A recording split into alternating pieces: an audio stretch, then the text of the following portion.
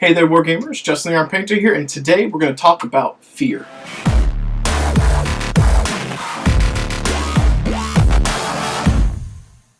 For those of you who already know me, you know that fear is something that I struggle with constantly. Fear, anxiety, stress, feelings of hopelessness, all of these things. The term I like to use to describe the way I feel in life a lot of times is paralytic fear. And that is when you have desires to do something or have goals, but you don't know exactly how to get there, and you pause, you freeze, and then you make no forward progress. That fear of the unknown, that fear of failure, fear, the anxieties, all those things, they culminate into a point where you don't move forward, you just simply do nothing, and you spin tires, you sit in place. Now, that's something that I've struggled with my whole life in a variety of ways and variety of things, ranging from when I first started commission painting and like almost not even sending out that resume to Austin from Death Designs at the time, Brush for Hire. I almost didn't even send out that resume. I didn't think I'd be good enough. I made up all these excuses, but I did. Now, the purpose of this video today is to discuss these types of feelings with you guys, because you may be experiencing these things. Maybe it is in everyday life. Maybe it is in the non-hobby world. But specifically, if this is something that you struggle with, why? Can you commiserate with me? Can you connect? Can you empathize? Can you understand? And maybe can we break that habit? Now, that same paralytic fear has been something that I've dealt with the hobby world for quite a long time, from Jump Street, so to speak, where it took a while to even get started. I made up a whole bunch of excuses. It's too expensive. I'm not going to be good enough at painting. Things of that nature, and those are relevant and serious concerns, but those things can be addressed. You can overcome those. You can become a better painter. You can set aside money and save up to slowly get into whatever hobby it may be that you're into. But you seem to, or at least I seem to have, more often than not, found excuses that were acceptable, that allowed me to accept not moving forward, not doing something. And I forget where the quote comes from, but you miss every shot that you don't take. And that is absolutely true. If you don't do something, you can't move forward and progress. You're not going to gain talent overnight. Your miniatures aren't going to assemble themselves and paint themselves overnight. Your miniatures aren't going to magically appear on your doorstep. So, you got to work for them. You got to save up. You got to budget. You got to figure out all of these things. But what you don't want to do is not do them. You're really only hurting yourself if you allow these fears and this anxiety and dread, all of these feelings to stop you from doing something. And I say that because I dealt with all this. It took me a while to get into, the hobby heavy, and it took me a while to feel comfortable with my art. It took me a while to feel comfortable with doing commission painting. I still struggle with charging people for that because I don't feel worthy. But the underlying theme that has changed is that I do those things. Even though I'm not doing commissions full time now, I still do those things. I still paint. I've pushed forward. And breaking through that wall, breaking through and finding a way to just encourage yourself and motivate yourself to progress and move forward can be very difficult. So let's talk about a few examples, specifically where I let fear and dread and this feeling of being not worthy and not being capable stand in my way. I've got a few miniatures here. Let me show you specifically in this case what I'm talking about. So I've got two miniatures here, and these are important for one major reason. This miniature was painted this year for Nova for a painting competition. This one was painted 4 or 5 years ago, and it was my first attempt at doing any kind of blending or non-metallic metal effects. Why is there a big difference? What's happened here? So let's go ahead and zoom in, and I'll explain to you guys what these miniatures mean and what I mean when I say that I had suffered from paralytic fear and making excuses, allowing myself to not progress, basically engaging in a form of self-sabotage. So let's zoom in here. I'll show you what I'm talking about. So this Librarian here was one of my favorite models that came out in, I think it was 6th edition Warhammer 40k. It might have been early 7th, but it's supposed to have a little cherub, little baby floating on it, and I hated it, so I cut that off and assembled it without it. But you may be asking yourself, Justin, why isn't this done? What's the point? Why have you zoomed in on this stupid, unfinished mini? Why would I do that? This is very important. It's a not finished mini. Why is it not finished? That's exactly what I'm talking about. This isn't finished because I made excuses. I allowed myself to not progress. I talked myself out of not trying different effects. So this is a model where I attempted to do like blending, and you'll see a lot of like really harsh, or I don't want to say harsh, but really amazing contrast. What's the word? The contrast is the word, but you'll see a lot of examples online now in the art community, whereas 4 or 5 years ago they weren't quite as common, but they'll have these really dark recesses transitioning into a bright highlight and get these really interesting gradients and almost make these look like non-metallic metal. So at the time, I really wanted to try. And you can see I've got these really dark recesses, and I've transitioned into the light areas on the top. I'm trying to do glints of light, and the big thing here for me was not only would I want to do the armor with a different aesthetic, different palette, I wanted to try non-metallic gold. This is the first miniature I've ever tried non-metallic gold on. And I quit. I stopped. That is the point, folks. I stopped when I got to this point on this model. I never finished. Not only did I not finish this model, I sat down this effect that I was working on 4 or 5 years ago, and I never came back. I got reasonably good with doing airbrushes and transitions with that, and doing edge highlights and all of those things. But this effect, this thing that I was practicing, and I wanted more than anything to be able to do, I wasn't super happy with it. Even though I think for my first try, it's not bad. Like this shoulder looked kind of bad. This one's a little bit better. Like it's not bad, But at the time, as I was painting this, more and more dread, more and more anxiety, more and more fear, those demons, those inner demons start saying, you're not good enough. You can't do this. This doesn't look good. This is crap. Why even bother? Why are you even painting? This is what I'm talking about. Sometimes you're going to deal with this, and you have to take those demons, and you have to grab them, and you just have to just throw them out of the way. And that's easier said than done, but what those demons did to me, what my inner demons, my lack of self-confidence, my willingness to accept failure and to quit, stunted hobby growth, hobby progress.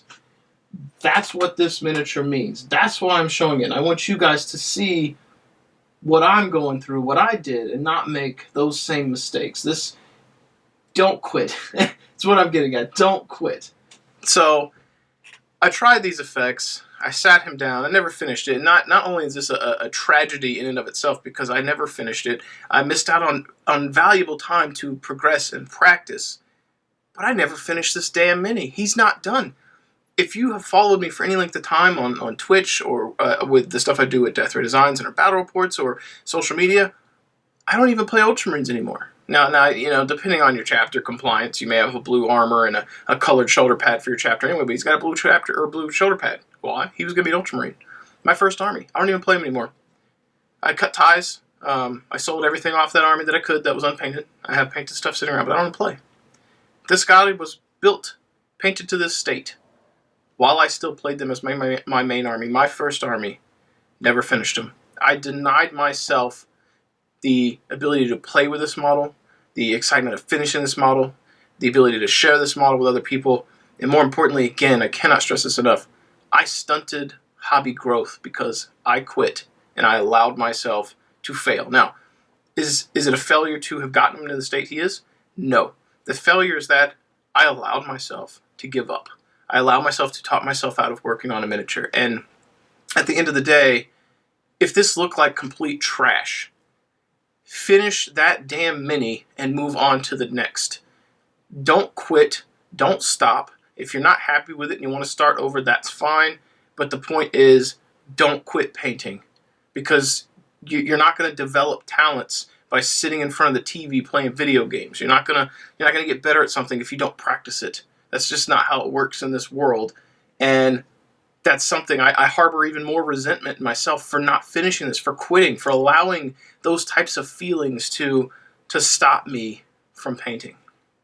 And that's something that it's a bit of a weird oddity now, because not only did I allow myself to convince myself not to finish a model, that I wasn't happy with it, I wasn't good enough, I couldn't do it. Now I'm angry at myself because I let myself do that, and it's twofold. I've let myself down, in two ways, sort of, because I'm angry about one and angry about another, and you don't want that. Now, if you fast forward to this year, it is 2019. I painted a model for the Nova Open Capital Palette Painting Competition. So let's show you guys that. Now, if you've been following me long enough, you have definitely seen Sanguinius before. Now, I did paint this for wheels from the Garrison. It just has not been shipped off yet, and it's actually serendipitous that he hasn't, because I've been able to use him in these videos and use him as kind of a talking point, a learning experience for you guys. But what's different about this guy versus this guy? This model, I attribute this as being the first model I've ever taken seriously for non-metallic metal. I say that because I've finished it. It's not perfect, but I freaking finished this model. I smiled the whole way through it. I gritted my teeth and still tried to smile, because finally I convinced myself that I could try something new. I was willing to look into the face of defeat and failure and smile back and say, it doesn't matter if I fail. I'm learning from this and I will get better. I want to do this. I can't keep making excuses. Why am I painting all these minis? Why have I spent all this time in this hobby if I'm going to allow myself to be afraid to screw up a freaking miniature? Who cares? And that's the point.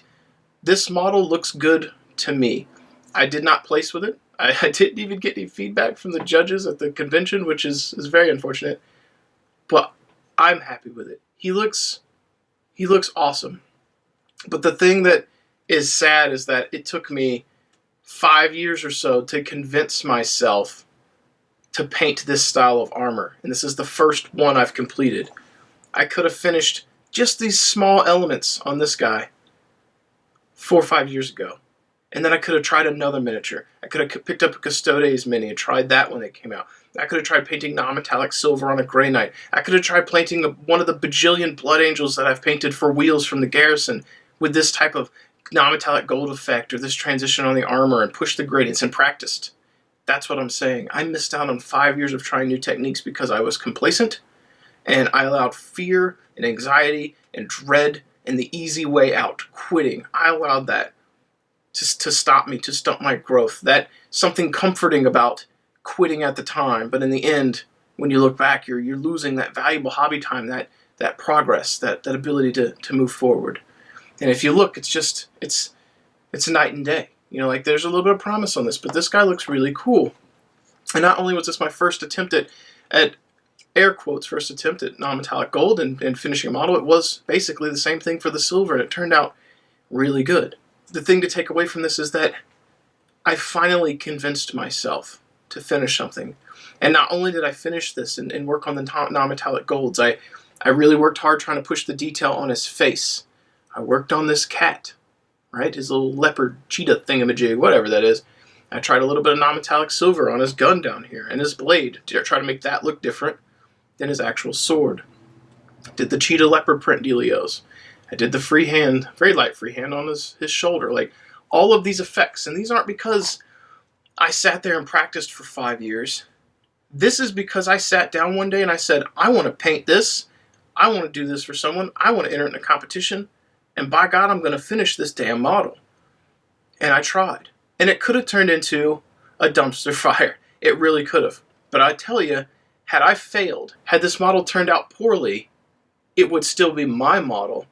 And if I'm happy with it, that's what matters. And that's what I'd like to convey to you guys. If you're sitting at home right now, you want to paint something, or you're looking at someone else's work on the internet. Maybe you're like me and you're a Lester Bursley fan, or you follow Sam Linz, you look at Matthew Fontaine or James Wapple or the multitude of other artists out there. I follow several of you. I like Jason Craze and Elizabeth Hunt.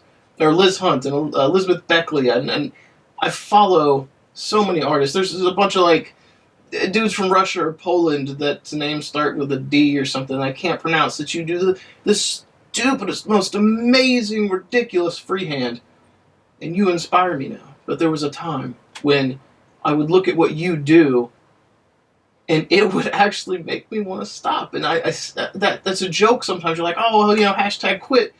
But you look at what someone else does and you think, I can never do that. And then sometimes you allow that to convince yourself you aren't worthy, and you stop and you quit. Now, if you can take those idols, those people you follow and that you aspire to grow and become like, and set that as a benchmark for where you want to grow and aspire to be. Maybe you never be as good. No one's going to be, not everyone's going to be as good as Michael Jordan or insert, I don't know, Tom Brady. No one's going to be the GOAT at painting all the time. But what you can be is the best painter you can be today. And you're not going to get there if you allow yourself to succumb to self-sabotage and you quit. You just won't. You have to get beyond that. So when you see something awesome painted on the internet, take that as motivation. If you see someone painting non-metallic metals or an effect you really like, take that as a time for you to try and progress and learn from what they're doing. And you may not be as good as them when you get there. You may never be as good as those people. But are you the best painter today that you can be?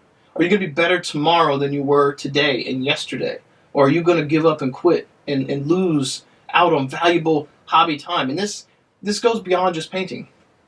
This is everything in life, people. This is everything. If there is something you want to do, that's legal.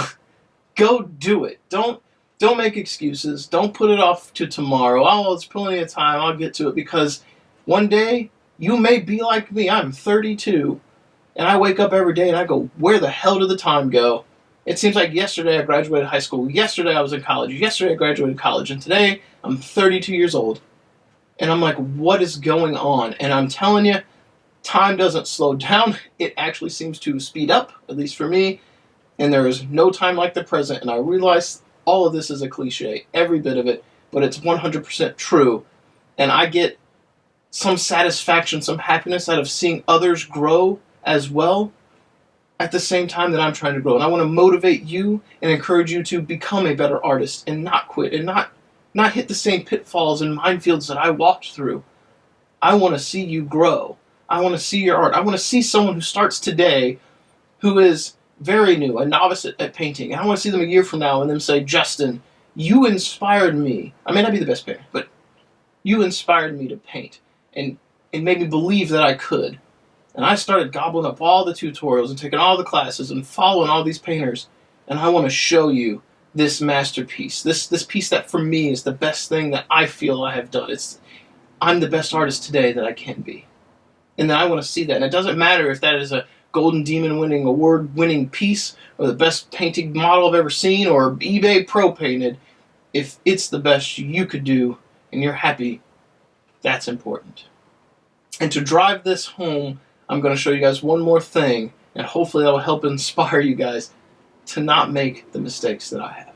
So Sanguinius looks cool, but there's one other thing I really want to share with you guys that really is an emphasis on time and not quitting and not giving up. So this is where I was. This is where I am. This is this year. Probably the best model I've ever painted, or if not, maybe arguably top 3, but I think this is probably my best. But there's such a stretch in between of things that I could have been doing and I didn't. This guy could have been in the middle, and I could be holding up a third super awesome mini in this hand. What possibilities there could have been if I didn't allow fear to get in the way. And it is so hard to get over that hurdle, but you have to try. You have to just say, screw it, and swallow your pride if you think that you're not good enough, and swallow those feelings and just say, I'm going to do something. Slap paint on that model and try, and I promise you, you will get better. And now, to drive home the emphasis on time, and this is really sad for me, and it's stupid, and it's the dumbest thing, but it's going to really reinforce what happens when you let yourself down and you allow yourself to quit. I got this box. You guys want to guess what's in it? I got sent this by one of my Twitch viewers. I can't remember I can't remember your name. If I saw your name in chat, I would recognize it, and I apologize.